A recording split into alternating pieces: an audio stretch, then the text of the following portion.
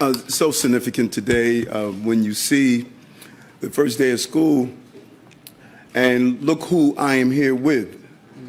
I am here with my Commissioner of Mayor Office of Immigrant Affairs. I'm here with my Police Commissioner, here with my Chancellor. I'm here with just my team. Because as Borough President Gibson has acknowledged so many times, and I agree, that it's a team effort. That is going to be the hallmark of my administration. We're going to de-silo government and realize that the problem of one agency is not isolated to the agency, it is part of the team approach.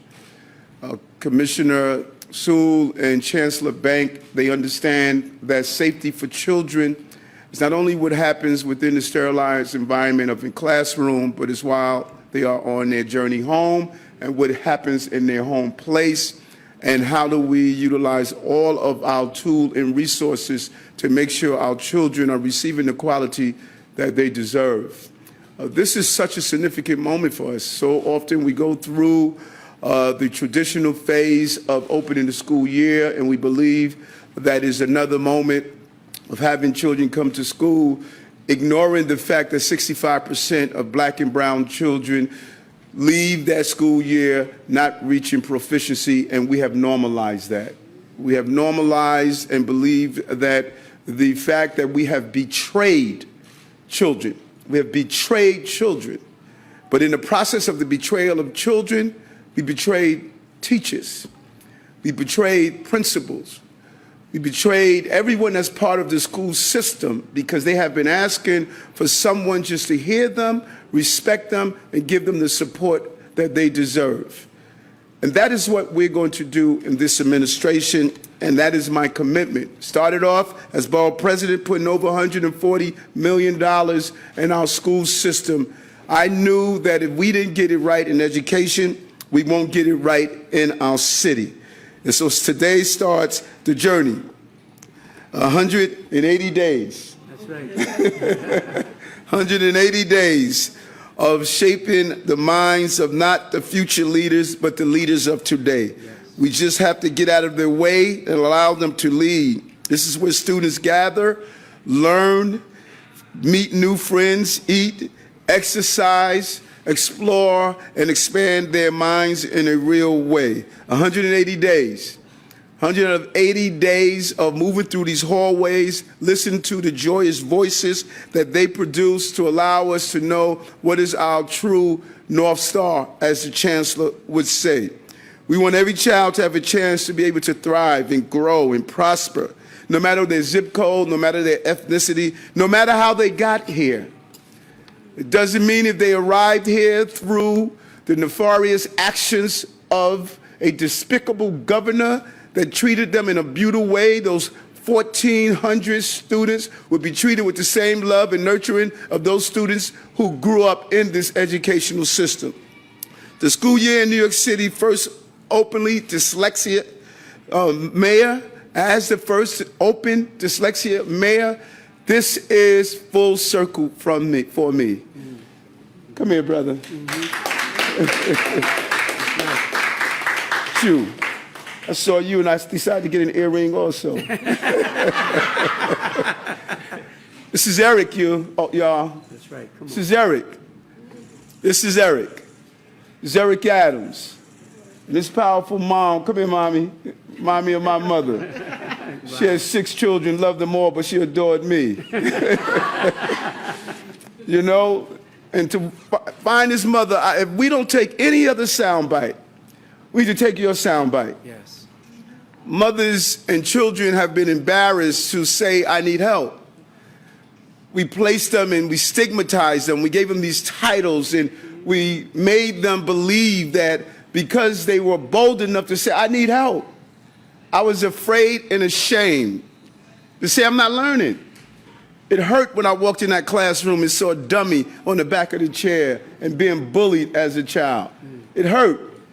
And mom tried so hard. And hearing this mother say that my son needs help.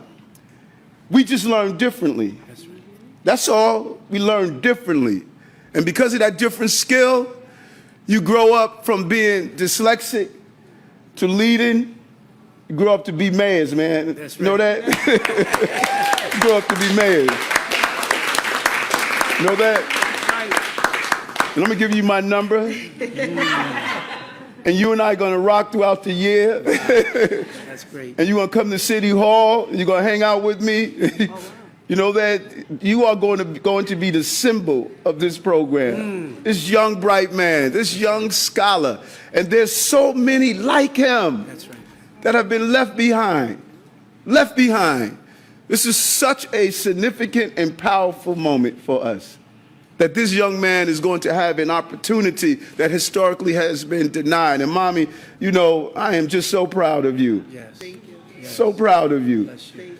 To identify and say, listen, I'm going to get the best for my son. You know, that is just a powerful moment. And this is what the Chancellor and I stand for. 2 public school children now running the school system and running the city. That's this moment. And some people would miss it. It would go over their heads. These ordinary kids growing up to be extraordinary people and making an extraordinary impact. And Mark, as you and the leaders of this system, I want to thank you and all the principals that get up every day early, take money out of their pockets for these scholars and these babies. And all the teachers that come in every day. Teaching is a calling. That's right. You don't do this because you are trying to become a billionaire. You do it because you believe in these scholars. And we have demonized a noble profession, not under this administration. And we're going to do several other big ticket items here. We're going to continue, as the Chancellor stated, to lean into reading. Give these children opportunity, develop the entire child, healthy food, learning how to deal with some of the trauma that they experience, teaching mindfulness, our CTE programs, teaching how to cross-pollinate with the different environments. The classroom experience is not only what happens in this building, it's what happens out there. Our children need to learn about the different cultures. And then be healthy. That's why Dr. Fassan is here from the Department of Health and Mental Hygiene. This is a team effort that we are moving forward to accomplish. For the first time, we have added more than 1,000 new gifted and talented programs. Every district. It was unbelievable. We had some districts that did not have gifted and talented programs. We have normalized the fact that some children were better than other children in this city. This is just what's unacceptable, what we have witnessed throughout these years. There will now be a gifted and talented program in every school district in every borough. And we are providing 2 points of entry, kindergarten and 3rd grade. Imagine you take the test or you do something in kindergarten and that's the rest of your life. No, we have to continue to monitor for those accelerated learners. We are bringing equity to a process that Black and brown students have often been ignored. And we have to acknowledge that and stop trying to deny it, so that all accelerated learners will have the opportunities that they deserve. Our city is also built by many different communities, and that's why Chancellor Castro is here. They're from all over the world, yet too often their experiences are not represented in our classroom. So we are piloting a project called Hidden Voices. This is leaning into education around our AAPI community. I'm so proud that we were able to partner with our state lawmakers, Senator John Liu in particular, to move this forward with Congresswoman Grace Ming. But we are investing in the future. The data is clear. Invest in college early, you're more likely to go to college in the future.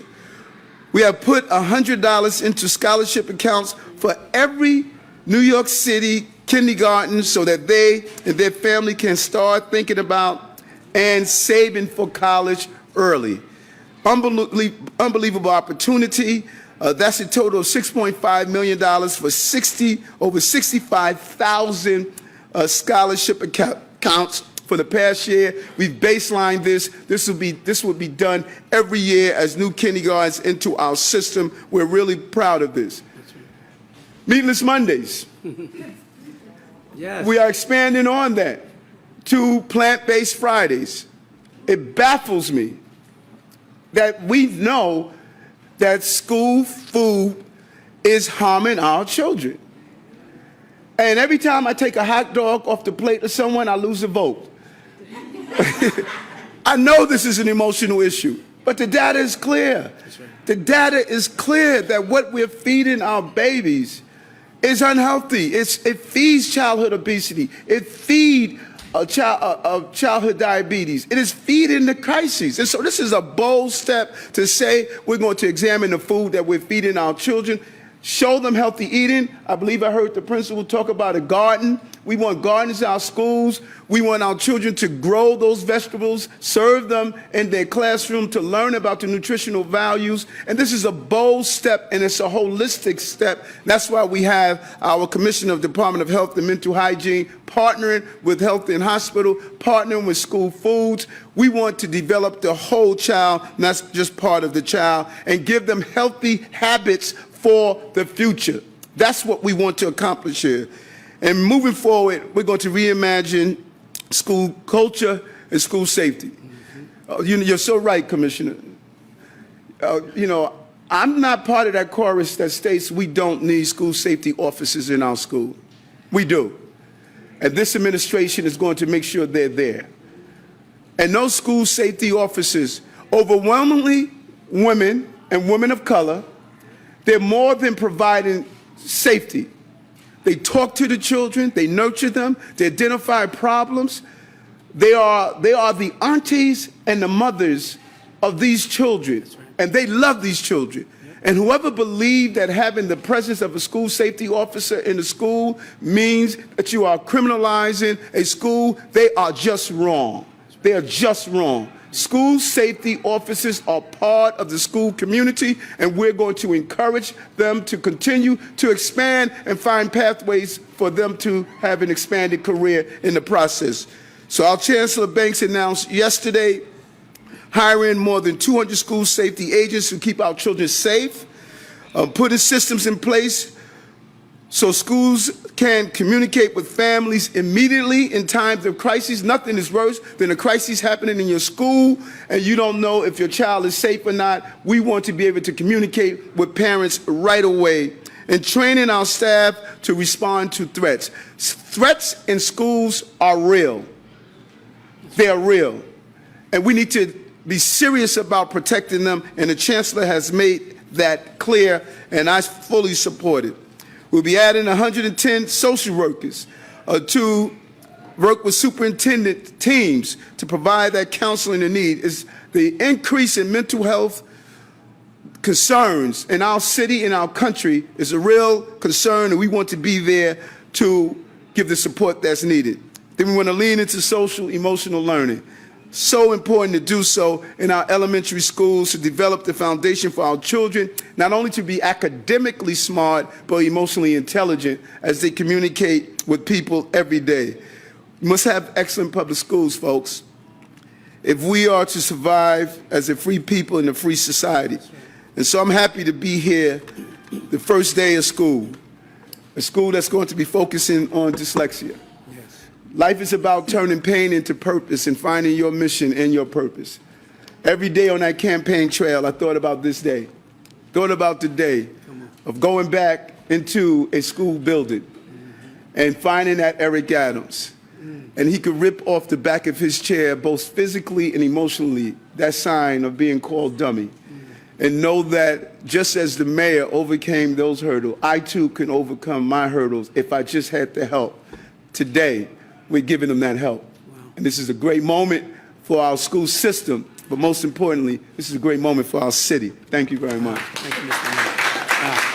Mayor. Thank you so much, Mr. Mayor. As we get ready to, I just continue to be inspired by the mayor, I really do. The only reason I took this position of becoming chancellor of the New York City school system is because it was this mayor who asked me to do it. And I believe in him, I believe in his vision, and the entire New York City public school system is fully focused on achieving that mission and that vision. But we can't do it alone. We do this together with community. And it is really important, I want everyone to understand that this administration is very focused on how we engage the broader community. The reason that we have lost so many parents over these last several years is we've not fully engaged our parents and our families and our community. And so we're going to stay very connected to community. I want to acknowledge CEC 7 President Danielle Vera, if you would just acknowledge. I want to thank you for your leadership, and we're going to stay very closely connected in this work. I want to acknowledge, again, the mayor pointed out, Mark Canizaro, who is the president of the Principals Union. Thank you so much, Mark. He's not just here today, but we have been, since I've become chancellor, we have worked regularly, and we've worked very intensely throughout the summer to prepare for a very successful opening and a successful school year. So he's one of my closest partners. Those are the sounds of the opening of school, everyone. And I also want to acknowledge someone who's a parent, advocate. She's known by everybody all across the Bronx, but she is the embodiment of what it means to be a community leader who's engaged and believes deeply in our children, Ms. Pat Williams. Pat, I just want to thank you for being here as well. Finally, there will be, as the mayor pointed out, a reimagined school experience. We're going to do school differently. The teaching of reading is just but one. Civic engagement. You're going to see a student government in every school in New York City. And not just student government, but we want students studying the issues of the day so that they understand the issues that are really relevant to their lives. There's a reason why so many Americans don't vote. We graduate them from high school and they're totally disconnected because we've never developed in the K-12 space the deep connection to what this democracy is all about. And our democracy is under assault right now. So the only way we're going to fortify it is if we make sure that our young people are fortified and understanding how it works and how it actually impacts their lives. It's not enough to tell young people you need to vote. You have to help them understand why. How does it connect to their lives? And those are the kinds of things that you're going to see that are going to be different. We're going to still have a very serious focus on the arts. We get asked questions a lot around learning loss and coming off of COVID. One of the best things that you can do is to continue to be very focused on the arts, art, music, dance, spoken word. All of those things make a huge difference. And it's not just by what we're doing in our schools, it's engaging the community. We have community-based organizations which do so much of this work. And people bring up all the time and say, what about the budget cuts? We have people from our community who are seeking to get in the game. They have all kinds of resources and supports.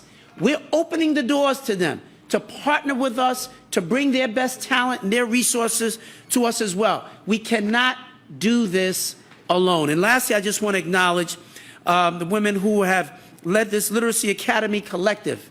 Please just, if you would just stand and be recognized. This work of dyslexia in this school is being driven by the women here who have led this from the very beginning. I want to personally salute you and to thank you. We wouldn't be here today without you. Thank you so very, very much. Appreciate you. So with that, who's handling the press for us? Yes, sir.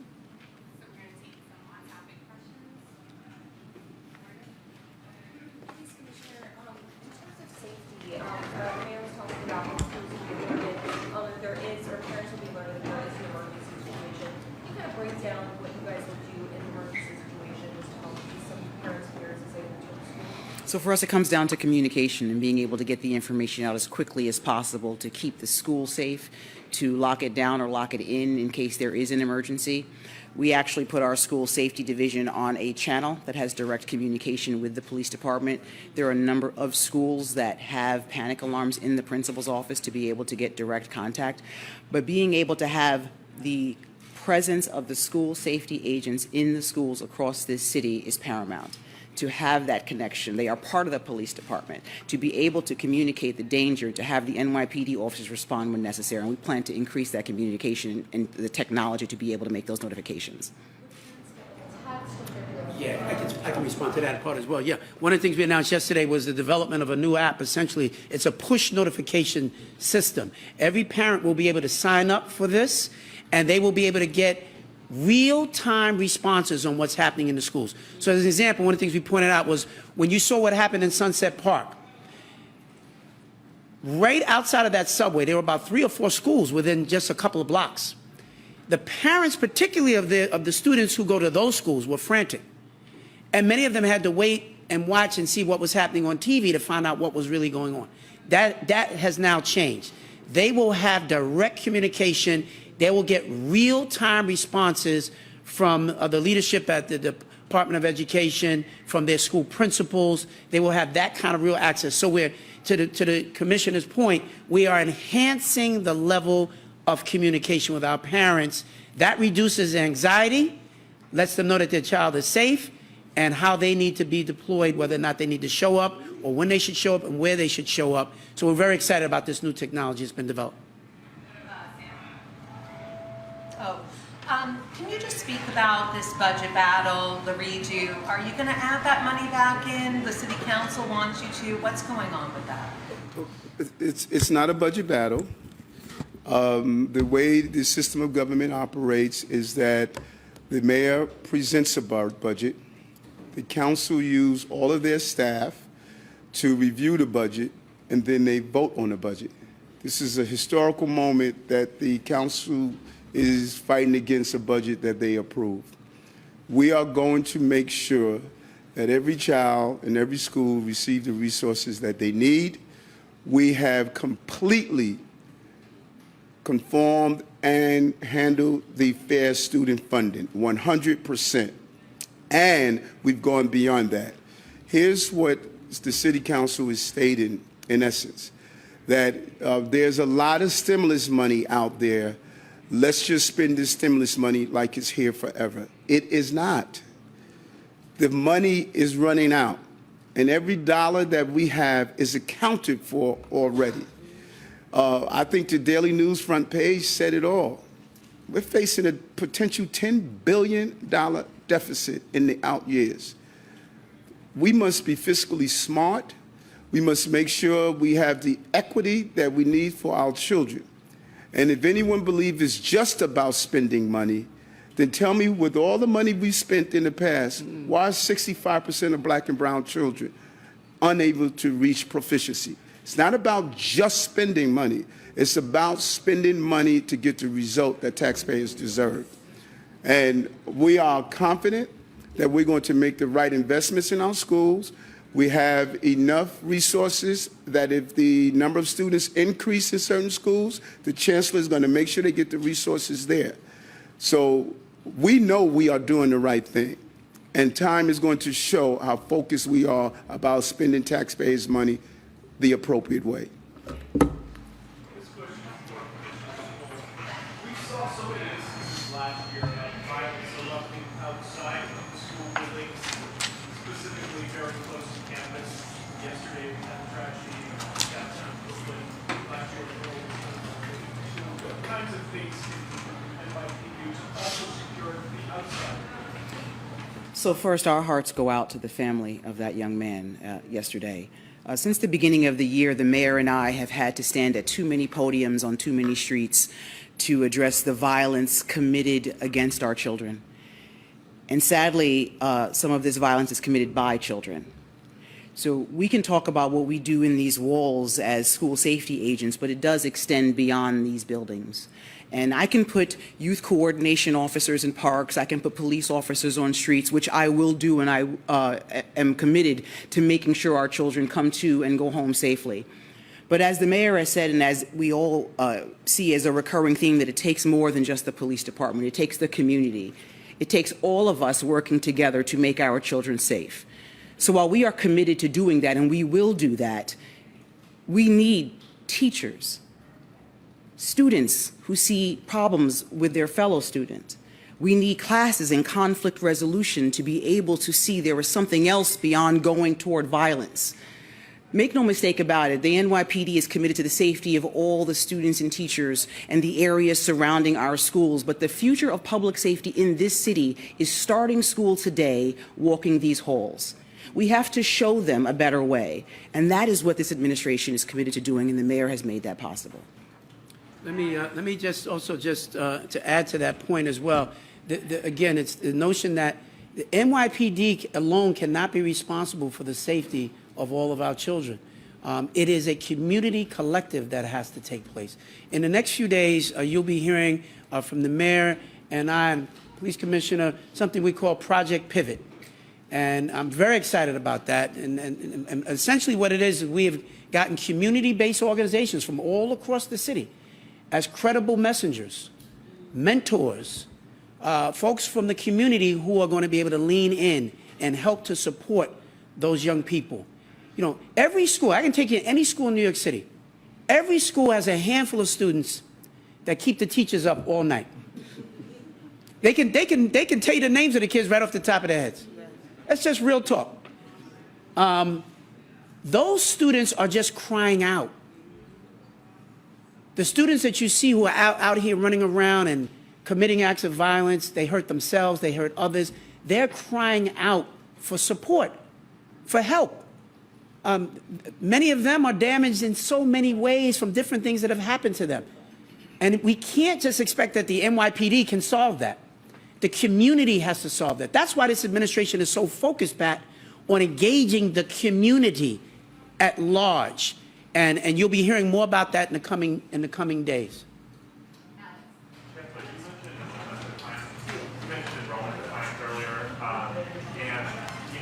One huge challenge in your city is that there are an enormous number of students in small schools. So more than 1 in 5 elementary schools last year and fewer than 300 kids.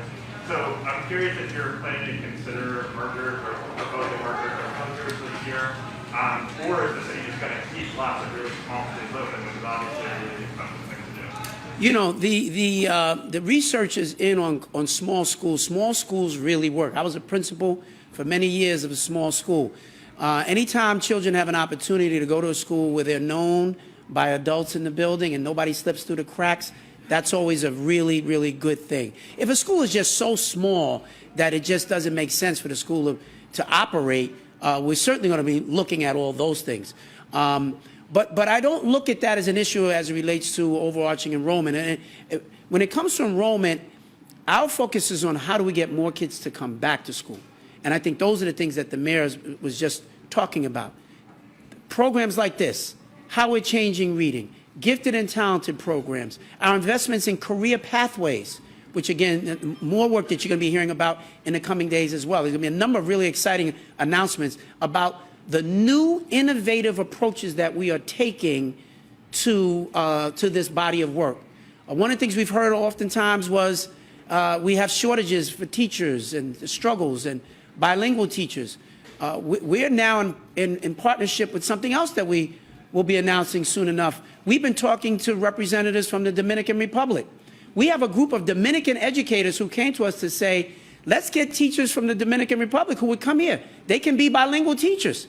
So we just had 25 teachers who just got here. We're trying to finish up the paperwork to get them fully certified, but there are many more who are potentially coming. It's just another level of innovation to do something out of the box and do it differently. The work that's happening here that you all are getting ready to launch with the dyslexia program is another example of the things that will attract parents to come back into the system. That's what we're focused on. We can't continue to do things the same way that we were doing them. We have to be much more innovative. The dyslexia program, I know there's 2 of them, and how many students are in the one here? I assume they're just elementary school age. Does the other one have high school students? Obviously, dyslexia can go undiagnosed for a long time. Talk about that. Yeah, they're elementary age students to start, but these are programs that we're actually going to grow. We also have this dyslexia work that we're doing in about 160 more schools as pilots projects for us as well. But all teachers across the system are going to be trained in dyslexia. We're doing the screenings in these 160 schools, but everybody's going to begin to get the kind of professional development and what to look for as relates to dyslexia. This is just our base year for this work. We're going to expand on this by next year and the years after. But we got to make sure that it's done just the right way, that we've got the right materials, and that's why the work that's going on in this school is going to serve really as a laboratory for, in many ways, to teach the rest of the school system about what we need to do. There are about, how many, about 30, 32 in this school and approximately the same in the other school as well. Thank you. Thank you very much. Thank you. Let's do it.